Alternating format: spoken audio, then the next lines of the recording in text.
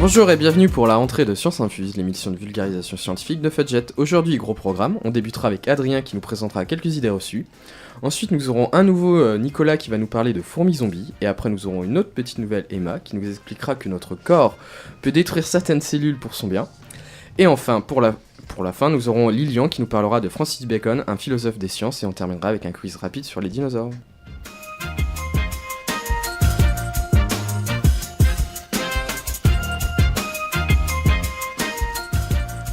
Et on commence avec Adrien qui va nous faire l'honneur de débuter avec la première chronique de la saison sur les idées reçues. Oui, exactement. Alors, qu'est-ce qu'on va faire aujourd'hui ? On va démonter une petite idée reçue qui concerne la neige. Donc, on va plus ou moins tous être concernés par ça d'ici quelques semaines, voire quelques mois. Donc, pourquoi est-ce qu'on utilise du sel sur la neige ? Des idées ? Pour déneiger. Oui, oui, exactement. Mais pourquoi du sel et pas autre chose ? Ça réchauffe peut-être la neige, non ? Parce que le sel, ça a certaines capacités pour réchauffer, non ? C'est ça ? Voilà, alors, un bel exemple d'idée reçue qui nous a été montré par Corentin, c'est absolument faux. Alors, est-ce que vous savez ce qu'est la température de fusion ? Bah non, tu vas nous expliquer. Ok, alors la température de fusion d'un élément, c'est la température à laquelle il passe de l'état solide à l'état liquide. Donc par exemple, dans le cas de l'eau, la température de fusion, c'est 0 degré, voilà. 0 degré, dans le frigo, ça devient de la glace. Alors, qu'est-ce qui se passe au niveau moléculaire maintenant ? À l'état liquide, les molécules d'eau, elles sont très mobiles, elles bougent dans tous les sens, elles se lient, elles se séparent, enfin c'est un peu chaotique. À l'état solide, les molécules, elles vont se lier de manière durable, donc en gros elles vont toutes s'agréger les unes aux autres, elles vont devenir immobiles, donc la matière se fige, ça donne de la glace. Maintenant, qu'est-ce qui se passe si on rajoute du sel ? Les atomes qui composent le sel, ils vont se lier aux molécules d'eau, mais pour ça il faut qu'elles prennent de l'énergie à l'eau. Donc en gros, quand on met du sel sur la glace, le sel va prendre de l'énergie aux molécules d'eau, et donc ça c'est ce qu'on appelle une réaction endodermique. Donc ça consomme de l'énergie, ça libère pas de l'énergie, le feu c'est exodermique. Voilà. Exo c'est pour libérer. Et là c'est endodermique, ça consomme de l'énergie. Donc ça signifie que quand on met du sel sur de la neige, le mélange va être encore plus froid qu'avant. Donc si par exemple on est dehors, il fait moins 2 degrés, vous mettez de la neige sur vous mettez du sel sur votre neige par exemple, et ben votre neige elle va descendre encore plus en température. Donc ça peut paraître un petit peu contradictoire avec ce qu'on veut faire. Nous on veut la faire fondre, on veut pas la rendre encore plus froide. Du coup, Adrien, quel est donc le but du sel ? Et bien du coup, ce qu'il faut savoir c'est que le mélange sel et neige, il possède une température de fusion, donc ce qu'on a dit tout à l'heure, le passage de l'état liquide à l'état solide, qui est plus bas que l'eau pure. Donc en gros, quand on ajoute du sel à la neige, le mélange va d'abord, comme j'ai dit, descendre en température. Donc le sel prend l'énergie à la neige, ça descend en température. Ensuite, la neige va revenir petit à petit à la température ambiante. Donc si on est dehors, il fait moins 2, la neige va revenir à moins 2. Mais comme cette fois on a un mélange de sel et d'eau, la température de fusion a changé et du coup on a un mélange, le mélange reste liquide en gros. Ok, donc en fait la température de fusion baisse. Exactement, la température de fusion baisse. Par exemple, pour un mélange qui contient à peu près 23% de sel, la température de fusion c'est moins 21 degrés. Ah oui, ok. Donc du coup... Mais alors oui. J'ai une question, du coup c'est un mythe quand on dit que si tu fais chauffer de l'eau et que tu mets du sel dedans, ça ira plus vite. Alors oui, ça c'est un mythe. Okay. Le fait que ça fasse chauffer l'eau plus vite, oui, c'est complètement un mythe. Okay. Ça sert à rien, en gros. Ça sert juste à saler les pâtes à la limite, oui, voilà, pour les étudiants, voilà, c'est tout. Voilà, donc du coup, le mélange à 23%, moins 21 degrés. Donc du coup, c'est ce qui permet donc du coup de faire fondre la neige en hiver. Et donc du coup, c'est inutilisable s'il fait s'il fait en dessous de moins 21 degrés dehors quoi en gros. Si vous voulez utiliser de la neige, je sais pas, en Laponie où il fait moins 30, moins 35, pas de sel utilisable, ça sert à rien. L'expérience là elle peut être faite à la maison, donc du coup vu que il vous faut juste du sel de table, parce que le sel qu'on utilise en déneigement c'est du sel de table, hein, c'est classique. Et du coup vous dissolvez 20 grammes de sel dans 100 ml d'eau. Vous mettez ça dans des petits sachets pour faire la glaçon dans votre congélateur. Et du coup ça restera liquide. Voilà, vous revenez le lendemain, c'est toujours liquide. C'est pas transformé en glaçon. Donc du coup la prochaine fois que vous salerez le devant de votre maison, et ben vous saurez ce qui se passe sous vos pieds. À Adrien et à cette chronique. Voilà. Alors pour les prochaines émissions, on va continuer sur cette lancée. On va faire des choses un peu plus variées. On verra peut-être les saisons, parce que ce sera thématique aussi. On va peut-être voir l'hiver. Par exemple, qu'est-ce qui se passe en hiver ? Pourquoi est-ce qu'il fait froid en hiver ? Ah oui. Et puis on verra au gré des envies des gens. Voilà. Là, c'est donc pour ça aussi que l'eau de mer, elle est très difficile à geler. Et c'est ce qui entraîne tous les problèmes avec le réchauffement climatique et la fonte des glaciers, c'est que l'eau qui part des glaciers, en fait, elle peut plus revenir parce que du coup, elle est salée. Parce que les glaciers, c'est du coup, l'eau douce, ouais. Tout à fait. Eh bien, merci Adrien, c'était super intéressant. Tu viens de casser un mythe et j'espère qu'il y en aura plusieurs pour les prochaines émissions. Et bah tout de suite on va faire une petite pause avec Elvis Presley, puis on se retrouvera après avec Nicolas qui va nous parler de fourmis zombies. Bonjour ou rebonjour sur Science Infuse, l'émission de vulgarisation scientifique de Fadjet. Donc Adrien vient de nous démonter quelques idées reçues sur le sel et la neige. Mais si vous venez d'arriver, vous pourrez toujours écouter la première partie de l'émission sur le YouTube de l'émission de Science Infuse. Alors maintenant, nous en sommes à Nicolas qui va nous parler de fourmis zombies, et après nous aurons Emma qui parlera de cellules mortes dans notre organisme. Alors Nicolas, qu'as-tu à nous dire sur ces fameuses fourmis zombies ? Et oui, bonjour Corentin. Alors moi je vais vous parler de fourmis zombies comme Corentin l'a dit. C'est dû à un champignon avec un nom un peu barbare qui s'appelle Ophiocordyceps unilaterisme. Donc tout d'abord avant de parler de ce champignon, je voulais vous demander à vous, quand on vous dit zombie, ça vous fait penser à quoi ? Un truc qui bave et qui tombe en lambeaux. Ouais, et qui pour s'infecter, ça mord. D'accord, donc des zombies qui mordent, qui sont déjà morts en lambeaux, c'est ça ? Ouais. Et oui, donc du coup je vais vous parler de Ophiocordyceps. C'est un champignon très particulier qui infecte les fourmis et se met à l'intérieur d'elles. Et on dit qu'elles se font passer pour des fourmis zombies parce qu'en fait ce n'est plus elles qui contrôlent leur déplacement mais les champignons. Alors ça prend environ 2-3 semaines, il reste 2-3 semaines à l'intérieur de la fourmi et il a fait se déplacer au début... Mais genre ça met du temps à s'activer, ça reste dans l'organisme de la fourmi, il se passe rien. Et ben en fait il dure pendant 3 semaines et donc les 2 premières semaines on le voit pas trop. En fait il se développe tout à l'extérieur de la fourmi. Ah et autour ? Enfin un tour d'aile ? Enfin dedans ? En fait il touche pas les organes. Ok. Juste au contour des muscles, mais il n'agit pas directement. Et ensuite dans la 3e semaine il commence à agir. Et donc au début, quand on a découvert l'Ophiocordyceps, on pensait qu'il agissait sur le cerveau, donc comme pour les zombies, quand vous pensez zombies, vous pensez à ça. Mais en fait non, il n'agit pas du tout sur le cerveau, ils ont fait une étude il n'y a pas très longtemps qui l'a démontré, c'est qu'en fait il prend le contrôle des muscles, et c'est le champignon, si vous voulez, qui se fait déplacer la fourmi. Donc limite la fourmi c'est juste une espèce de marionnette pour le champignon. Donc elle est consciente quand... Et oui, en fait, là il y a une 2e étude qui a été lancée du coup, parce qu'ils se sont quand même rendu compte ils se sont quand même rendu compte que le champignon, il sécrétait des toxines dans le cerveau de la fourmi, mais c'est pas les toxines là qui sont responsables des déplacements, c'est juste que ça va un petit peu endormir la conscience de la fourmi qui se rendra plus compte de ce qu'elle fait. Mais c'est le champignon, il agit directement sur les muscles, avec des filaments qu'il a tissés dans tout le corps en fait. Et donc la fourmi, elle a un comportement très bizarre de la dernière semaine dont je vous en ai parlé. C'est qu'en fait elle se déplace, déjà elle suit plus les traces de ses autres fourmis, de ses autres collègues fourmis. Et ensuite elle va s'attacher en haut d'un végétal ou sur un point en hauteur et le mordre avec ses mandibules.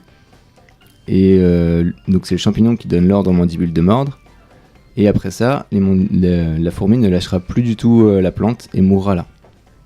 Et dans quel but, du coup ? Alors, elle cherche un point en hauteur, comme je vous l'ai dit. Et donc, dans quel but ? C'est que quelques jours plus tard, le champignon va commencer littéralement à pousser sur le corps de la fourmi. Donc, ça prend 2-3 jours. Et il y a une espèce de tige. Vous pouvez voir si vous tapez Ophiocordyceps sur internet, c'est assez impressionnant. On mettra des images sur la page Facebook. D'accord. Vous verrez, ça fait une espèce de tige avec au bout une boule, un peu comme une espèce de champignon bizarre. Et ensuite, il relâche ses spores. D'où l'importance du point hauteur. Parce que si la fourmi meurt au-dessus d'une colonie comme ça, elle peut ensuite contaminer toute la fourmilière avec les spores. Il y avait pas une histoire genre où elle s'attachait en haut de la feuille et c'était pour se faire bouffer par un oiseau ou un truc comme ça? Par des moutons, je sais plus. Non, les moutons, je crois que c'est autre chose. Ah, les moutons, c'est la ténia. Ouais. C'est le ténia. Ouais. Non, il n'y a pas d'histoire comme ça parce que si elle se fait manger par un oiseau, en fait, le champignon est pas assez fort pour contaminer tout un oiseau en fait. Ok. Donc le but, c'est qu'elle se mette en hauteur vraiment pour relâcher les spores Ok. et infecter le plus de monde possible. Et du coup, il y a un comportement qui a été observé dans pas mal de fourmilières, c'est que les autres fourmis, quand elles se rendent compte du comportement de leurs congénères, elles l'isolent. En fait, elles la prennent et elles l'amènent loin de la fourmilière pour pas qu'elle puisse en prendre à la fourmilière. Ok, d'accord. Donc du coup, il y a eu une espèce d'adaptation des fourmis aux champignons, quoi. C'est ça. Ok. Elles ont su réagir au. C'est ça. dingue. Mais le champignon existe toujours, donc c'est que ça doit marcher. Eh bien merci Nico, c'était super sympa comme première chronique. On va tout de suite faire une petite pause avant de retrouver Emma et on écoute Zombie de The Cranberries. Rebonjour sur Science Infuse, l'émission de vulgarisation scientifique de Fadjet. Aujourd'hui, il nous reste encore 2 chroniques à faire, celle de Lilian qui nous présentera Francis Bacon, pardon. Mais juste avant, on écoute Emma qui nous parle de mort cellulaire. Et c'est à toi. Ouais, donc du coup, je vais parler mort cellulaire, mais pas mort cellulaire normale, on va parler de mort cellulaire programmée, donc qui est vraiment là dans un but bien spécifique. Donc ça, je pense que vous le savez, une cellule, c'est un être vivant. Et donc une cellule, ça a un cycle de vie. Donc elle va grandir, pour certaines, elles vont se différencier, donc comme nous, avec, on peut dire, nos métiers. Elle va vieillir. Et ensuite, du coup, comme tout être vivant, elle va mourir. Et cette mort cellulaire programmée, puisqu'elle est trop vieille, ça s'appelle l'apoptose. Donc l'apoptose, ça a été découvert à la base par Fleming en 1885, désolé, mais il l'a pas identifié, il s'est dit oui, d'accord. Et du coup, c'est Monsieur Kerr qui a identifié clairement le phénomène d'apoptose seulement en 1972. Donc c'est... Oui, 80 ans plus tard, il a pris le temps. Ouais. Il a pris son temps et du coup, on peut se rendre compte que c'est quand même pas mal récent comme phénomène. Et en fait, donc Kerr a fait plusieurs recherches et l'apoptose, c'est super conservé dans l'évolution.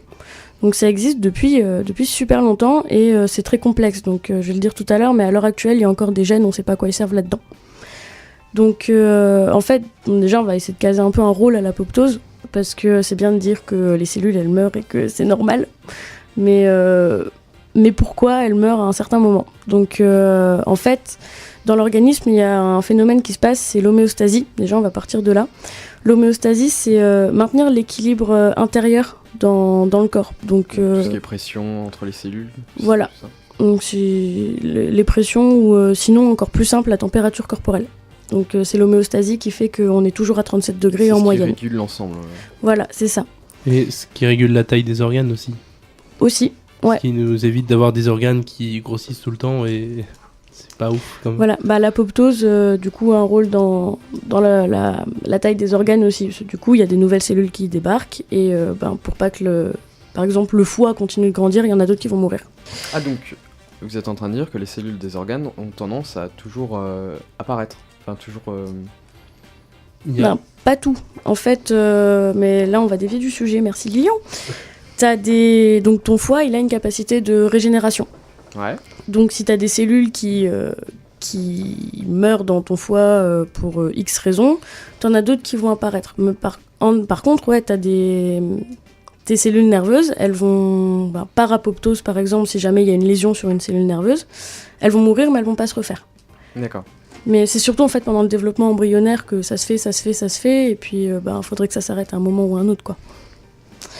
Alors, du coup, l'apoptose, tu la trouves dans des cellules dont l'ADN est lésé, on va dire. Donc, si tu as un problème sur un gène, c'est dû à l'ADN.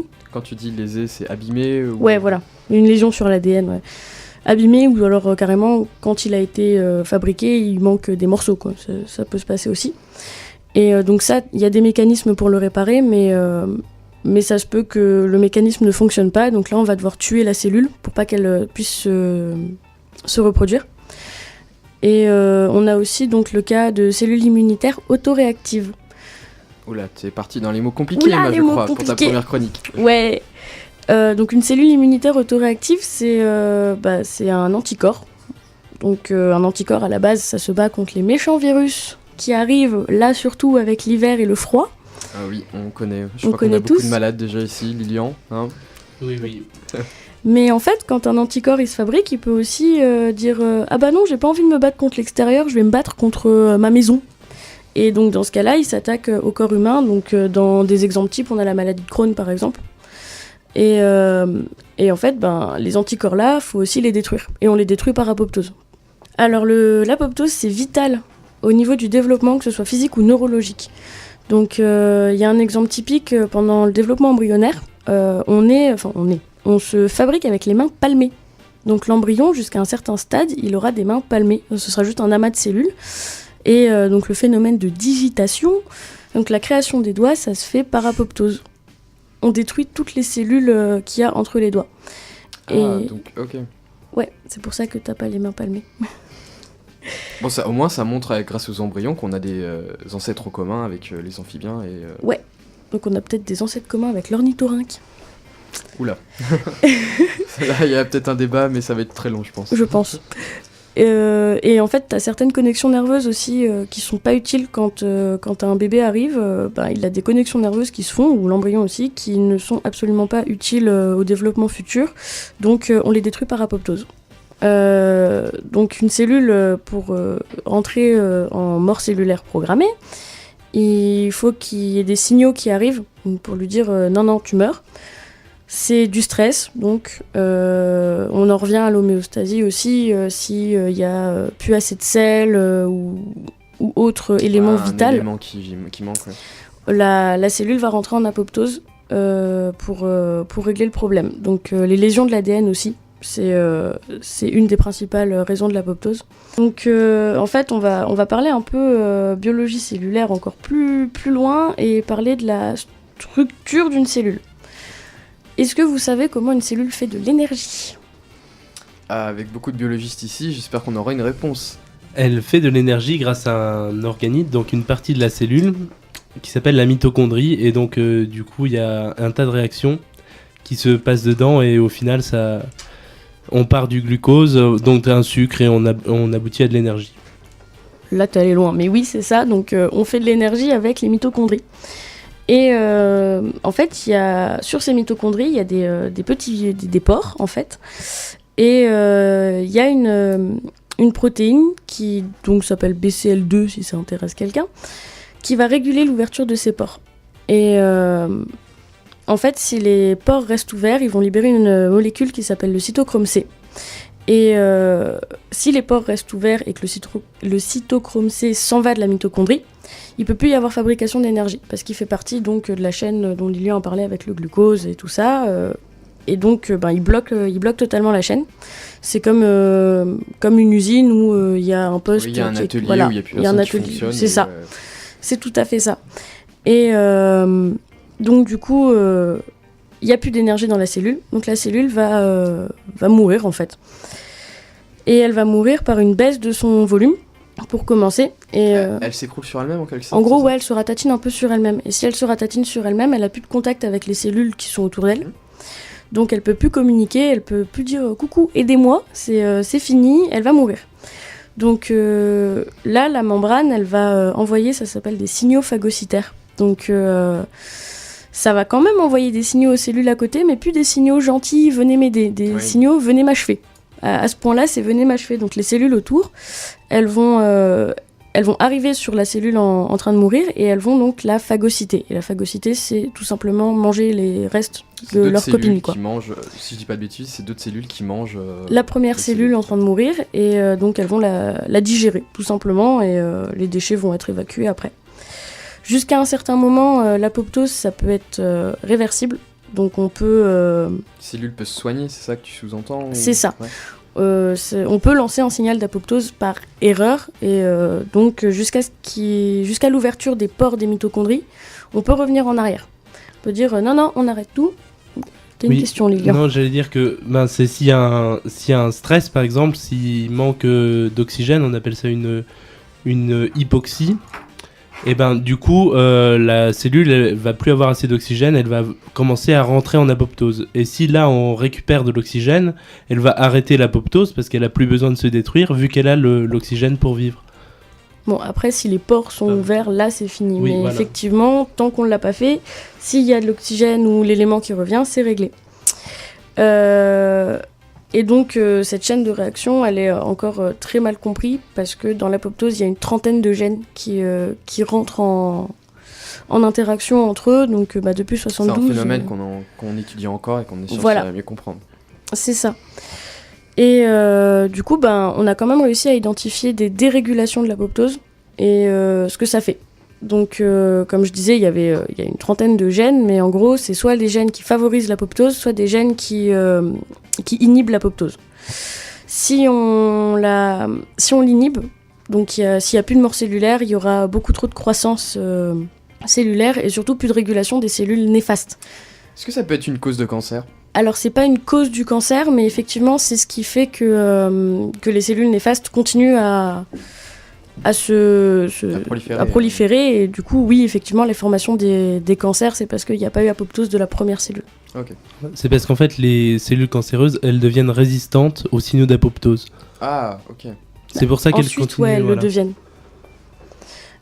Et s'il y a trop d'apoptose, il y aura beaucoup trop de morts cellulaires. Et si on a trop de morts cellulaires, l'organisme il va commencer à s'en prendre à lui-même. Donc on en revient pas aux maladies auto-immunes, mais presque. Parce que l'apoptose va favoriser, la mort de certaines cellules immunitaires comme les lymphocytes. Et dans ce cas-là, du coup, si on n'a plus d'anticorps, plus de lymphocytes, il n'y a plus de défense immunitaire. Et c'est le cas du sida, en fait, l'apoptose mange les lymphocytes, et du coup, en fait, on meurt pas du sida, mais d'une maladie opportuniste, puisqu'il n'y a plus de défense immunitaire. Parce que du coup, le virus du sida, il va déclencher l'apoptose chez ces cellules, en fait. Il a des gènes qui vont permettre de déclencher l'apoptose. Ouais, donc en fait, il élimine les défenses du corps pour... Oui, en fait, il arrive, il se multiplie, et il dit « Hey, la cellule, il faudrait que tu meurs ». Du coup, l'apoptose, forcément, s'il y en a trop, c'est pas très joyeux, mais faut pas finir sur cette note-là. Et faut se dire que c'est bien parce que quand on a un problème sur une cellule, à la base, c'est censé le régler. C'est un peu pour ça qu'on est encore en vie aujourd'hui. Merci Emma. C'est quand même impressionnant quand même que l'évolution a fait en sorte qu'on supprime des cellules nous-mêmes pour notre bien. Merci Emma. Et avant d'attendre Lilian parler de Francis Bacon, nous allons faire une petite pause musicale avec Tudor Cinema Club. A tout de suite. Bonjour ou rebonjour sur Science Infuse, l'émission de vulgarisation scientifique de Fadjet. Nous en sommes à Lilian qui va nous parler de Francis Bacon, un philosophe et scientifique. Et on terminera tout à l'heure avec un petit quiz sur les extinctions de masse et les dinosaures. Lilian, nous t'écoutons. Alors, est-ce que vous connaissez déjà Francis Bacon ? Absolument pas. Je suppose non. Alors, il n'est pas très connu du grand public. Déjà, il a vécu il y a un bout de temps, hein. Il est de la fin du 16e, début 17e siècle, donc ça remonte un peu. Faut savoir qu'il est mort déjà à 65 ans, qui est une très belle, un très bon âge pour l'époque. C'est un bel âge pour... Ouais, voilà, c'est ce que j'allais dire. Alors déjà, il a pas de formation de scientifique parce que ça n'existe pas à l'époque, mais au niveau politique, il était très influent, donc il est passé de vicomte à baron. Ensuite, il est allé à la Chambre des communes, donc pour une profession d'avocat. Il est professeur général. Il est procureur général pour l'Angleterre et le Pays de Galles, et il finit l'ordre gardien des sceaux royaux et chancelier. Donc voilà, ce qui est plutôt pas mal au niveau politique. Un mec lambda au XVIe siècle. un riche lambda au XVIe siècle, parce qu'il faut savoir que son père aussi était lord gardien des sceaux également, donc il avait un petit peu de piston quand même. Qu'est-ce que je veux dire ? Oui, donc il se retire de la vie politique parce que il est plus ou moins accusé de corruption, pour notre plus grand plaisir, parce que du coup, comme il a plus ses fonctions politiques à exercer, il va pouvoir utiliser son temps à la philosophie, et notamment à la philosophie des sciences. Ça risque d'être un peu flou, là, la première partie, parce que, d'après lui, je vais le citer plus ou moins, le savoir, c'est un arbre dont le tronc et la philosophie, la base des branches c'est la science naturelle et les branches sont la physique et la métaphysique. Donc ça c'est très théorique et je dois avouer que même moi qu'il est un peu approfondi, ça reste très très flou. Alors il développe sa pensée dans un livre qu'on appelle le Novum Organum Scientificum, je crois. Voilà, donc le nouvel ordre scientifique qui fait écho un peu au discours de la méthode de Descartes. Bon, clairement, tout ça, c'est de la philo. Alors, on va passer maintenant à la méthode qui est toujours plus ou moins utilisée aujourd'hui. Oui, ce que tu veux dire, c'est que tu vas nous présenter une méthode... Une méthode que lui a mis en place et qu'on utilise encore, même si on lui... Enfin, voilà. Sans le savoir. Sans le savoir vraiment, et même si la méthode a un peu changé. Alors, il nous développe du coup la méthode inductive, ce qu'il appelle la méthode inductive, qui est en fait juste quelque chose qui est basé sur l'expérimentation. En science, c'est très important parce que quand on veut essayer de prouver quelque chose, on fait des expériences, on essaye de faire des corrélations. Et donc, c'est lui qui est plus ou moins le premier à mettre sur le papier l'idée de faire des expériences pour prouver ce qu'on dit. Alors du coup, il nous donne des petits conseils sur le... Donc on fait déjà le bilan de ce qu'on sait, et ensuite on fait attention aux expériences qu'on va mener. C'est-à-dire qu'une expérience isolée, genre sur un très faible nombre de personnes ou un très faible échantillon, eh ben, elle est plus ou moins caduque. Non, elle est plus ou moins caduque parce que du coup, elle peut être liée au hasard et elle n'a pas de fondement statistique en fait. Elle représente moins l'ensemble. Elle représente pas l'ensemble, voilà, c'est ça. Voilà, et lui, il nous dit qu'une expérience doit mener à une autre expérience. C'est-à-dire, c'est un peu la méthode scientifique qu'on utilise, c'est que une question amène une autre question, qui amène une autre question, et finalement, le savoir est infini. Voilà, ensuite, l'expérience doit être précise et rigoureuse, et on doit rectifier les erreurs dues au sens. Au sens, la vue, l'odorat, etc. Que ce soit perceptible par l'homme, voilà. C'est ça que les... En fait, le truc, c'est qu'à l'époque, il n'y avait pas de machine pour mesurer, et donc du coup, toute la science, elle a l'incertitude de la personne qui l'a fait. C'est-à-dire que si tu ne vois pas bien, eh ben, tu as une grosse incertitude sur tes mesures, comme la température, ce genre de choses. Il faut toujours vérifier, bien sûr, que l'expérience est représentative et que qu'on n'est pas en train de faire n'importe quoi. Et donc, il fait la chasse aux idées reçues et il essaye de pas partir de présupposés et de prouver à chaque fois ce qu'on avance. Il fait l'expérience et après, il voit ce qu'il peut en tirer. Il n'a pas des théories qu'il essaye de prouver. En fait, c'est ça son raisonnement. Oui, il a des preuves à ce qu'il avance, c'est ça. Il va chercher toujours à argumenter au final. En fait, c'est pas qu'il cherche à argumenter. En fait, il fait l'expérience et après, il voit ce que l'expérience elle peut donner. C'est-à-dire qu'il part pas d'un présupposé, parce que quand tu pars de quelque chose que tu veux prouver, eh ben, tu vas interpréter les résultats dans le but de prouver ce que tu dis. Alors que là, il dit de faire des expériences, et les expériences, après, le résultat des expériences, il nous prouve quelque chose. Et ensuite, cette expérience doit mener à une autre expérience qui va nous prouver autre chose, etc. etc. Et donc, voilà, le savoir infini. Donc en gros, c'est un peu la base de la démarche scientifique qu'on a aujourd'hui, quoi. Voilà, quand on fait des études en sciences ou en sciences en général, on sait ce qu'on essaie, c'est ce qu'on nous apprend à faire et à être objectif quand on part d'un postulat de base, on essaie d'être objectif dessus. Et puis on fait les expériences pour prouver, et puis à la fin on essaie de conclure, de généraliser. Influencé par ses idées ou... Après, ça c'est très théorique parce qu'il y a énormément de scientifiques qui partent d'une théorie et qui essayent de la prouver à tout prix. Et c'est pour ça qu'il y a des gros clashs entre les scientifiques qui sont pas d'accord parce qu'ils ont des théories différentes et ils font des expériences qui prouvent leur théorie et elles sont pas forcément représentatives. Puis c'est souvent le problème aussi même dans les articles scientifiques qui sont publiés, des fois les scientifiques interprètent le résultat sous un certain angle et des fois le même résultat peut être interprété aussi, c'est biaisé quoi des fois. Il y a aussi des scientifiques qui font des choses super, c'est qu'ils prennent pas leurs résultats à eux et ils ont pas une théorie avant, ils prennent les corrélations des publications scientifiques et si eux font des recherches dans un domaine, ils vont regarder ce que les autres ont publié et ils vont voir ce que eux peuvent en conclure en fait. Bon, techniquement c'est un petit peu, ils font pas grand chose à part reprendre les. Mais c'est peut-être bien ça quelque part Ouais. que des scientifiques font l'expérience et que ce soit Mhm. d'autres scientifiques qui interprètent. Comme ça, il y aurait pas les mêmes. Il y aurait plusieurs regards critiques sur le sujet. Ça pourrait être d'autres concepts. Ça pourrait être super sympa. Ouais. Super, merci Lyon pour cette chronique. Et ben, on se fait une petite pause et on se retrouve après pour faire un petit quiz et à tout de suite. Rebonjour dans Science Infuse. Nous sommes dans la dernière partie et on va tout de suite se détendre parce que bon, c'était un peu. On a eu des sujets difficiles aujourd'hui quand même. Et donc pour terminer cette émission dans la dernière partie, nous allons faire un petit quiz sur les dinosaures et les extinctions de masse. Alors, est-ce que vous êtes prêts ? Oui. Oui. Ouais. Oui. Alors je vais vous expliquer les règles. Donc il y a 7 questions. Donc il y en a 5 qui sont assez sérieuses et 2 autres qui sont sur la pop culture, donc bon, ça va être beaucoup plus facile. Il y a un point par question et le dernier devra faire le quiz pour la prochaine émission. Est-ce que vous êtes prêts ? Encore une fois.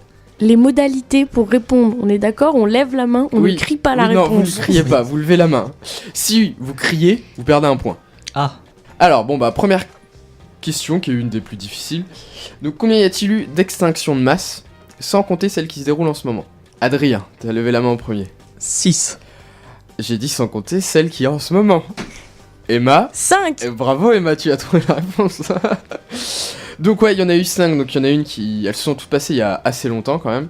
La première, c'est il y a moins 450 millions d'années où il y a eu 85% des espèces qui ont disparu. La deuxième, ça a été il y a moins 370 millions d'années avec 75% des espèces en moins.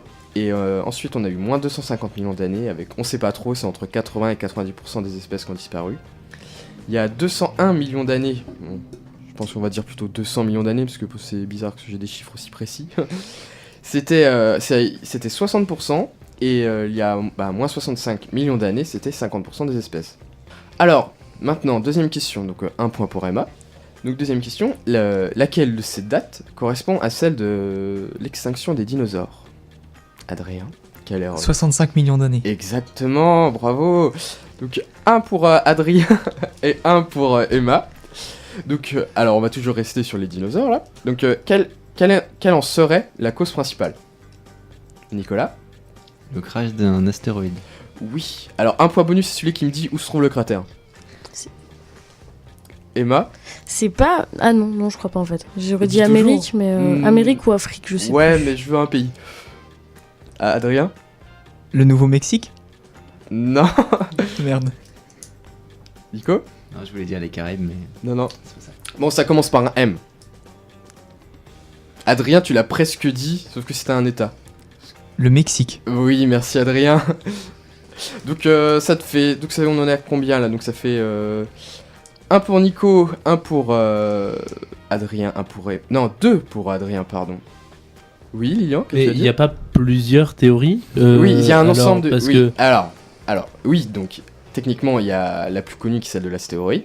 il y a pas aussi Mais il y a eu plusieurs des super volcans qui entrent en éruption, des choses comme ça, Alors ça, je sais avec pas. des panaches Mais oui, menthéliques assez importants. Ah, mais oui, mais en fait, ça serait l'astéroïde qui aurait déclenché tout ça en fait. Il aurait en même temps provoqué un soulèvement de beaucoup de poussière, ce qui fait que la lumière du soleil ne passait plus sur la Terre. Du coup, avec la photosynthèse, beaucoup de végétaux sont morts, après les herbivores sont morts, et ainsi de suite, jusqu'aux gros carnivores. Et au final, c'est que les petits, on va dire, les petits mammifères charognards qui ont réussi à qui ont survécu. Parce que les gens pensent que, genre, quand il y a eu le crash de l'astéroïde, la Terre entière était en feu, mais en Non, gros, pas du c'était tout. juste l'endroit de la collision qui a été touché, mais Oui. après, Après, c'est t'avais plus- beaucoup de c'est- poussière. Voilà, c'est les conséquences de la chute qui Ouais. ont entraîné l'extinction de masse. Donc ce cratère au Mexique, il fait 180 km de large. Oui. Mais du coup, le fait qu'il y ait plein de poussière, est-ce que ça a engendré pas mal de fossiles, du coup ? Parce que... Alors non, parce que Non. alors en fait, pour découvrir justement qu'il y a une couche de poussière, et ben tout autour de la Terre, peut-être pas, mais sur beaucoup de continents, on a retrouvé une fine couche de poussière. Je crois que c'est de l'argile. Enfin, je vais pas m'avancer. Non, c'est pas de l'argile, Des non, cendres, non ? Oui, enfin, oui, ok. On va dire que c'était des cendres. Et ces cendres-là, en fait, tu retrouves une petite couche de quelques millimètres sur quasiment tous les continents à un moment donné, et ça serait les traces justement de l'impact de cette météorite, de cet astéroïde, parce que c'est pas la même chose. Donc j'ai perdu les comptes, on en était à combien là à peu près? Un ici. 2 points pour moi. Un pour moi. Et toujours rien. Lilian, t'as rien, c'est étonnant. Ouais. Quatrième question déjà, donc quels sont les noms des 3 périodes géologiques des dinosaures? Le Trias, le Jurassique et le Crétacé. Et c'est une bonne réponse. Donc égalité avec Adrien et Nico. Donc allez, autre question, et après dernière question plus scientifique on va dire. Donc, quelle est l'étymologie du mot dinosaure? Allez. Oh, allez, je donne ça vient du grec, c'est en 2 parties. Dino et Zor. Dino, il y a. Non, bah non, on peut pas y avoir un truc avec don. Non.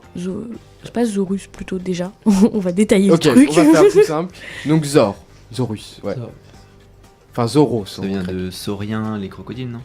Ah, ouais, mais Ce que j'allais dire, tu m'as volé moi.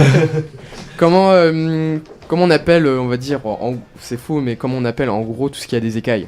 Tu l'as dit. Enfin, c'est lézard, c'est pour plutôt Zoros, c'est plus pour lézard.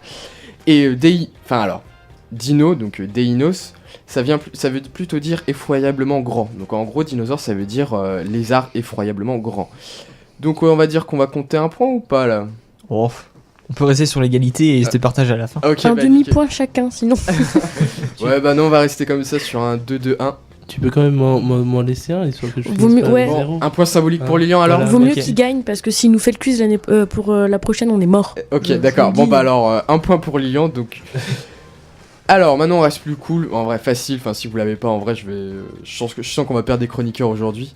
Quel est... Ah oui, Adrien, que veux-tu dire? Jurassic Park. Oui, alors oui, on va parler de Jurassic Park. Donc, quel est le nom de l'espèce de dinosaure qui est dans le logo de Jurassic Park? En vrai c'est facile. Emma? Un T-Rex. Et oui, et vas-y, bah dis-moi l'étymologie. Un Tyrannosaurus Rex. Oui. Rex, bah, c'est roi, je crois. Ouais, c'est ça. Et Tyrannosaurus, bah il y a Saurus, donc c'est lézard. Ouais, et... Le tyran. Voilà, roi le des- roi des dinos, du coup. Roi des reptiles tyrans, exactement. Donc, bah du coup, bah nickel, un point pour Emma en plus. Donc attends, mais il y a beaucoup de 2-2 là. 2, 2, 2. Donc là, ça va être la question qui va départager tout le monde. Donc là, on va parler un peu de livres. Sauf si c'est moi qui la gagne. Oh là là, va falloir que je trouve une nouvelle question alors. Donc alors, vous connaissez tous Arthur Conan Doyle, Oui. celui qui a écrit Sherlock Holmes. Donc il a écrit un autre livre où on suit les aventures d'un scientifique du nom de Challenger qui se retrouve sur une île avec des dinosaures. Quel est le titre du livre? Ah, vous le connaissez. Les aventuriers du monde perdu. Et c'est une égalité parfaite. J'ai une question pour départager tout le monde. Ah, Emma, vas-y. Quel était le nom du dernier dinosaure? C'est de la pop culture.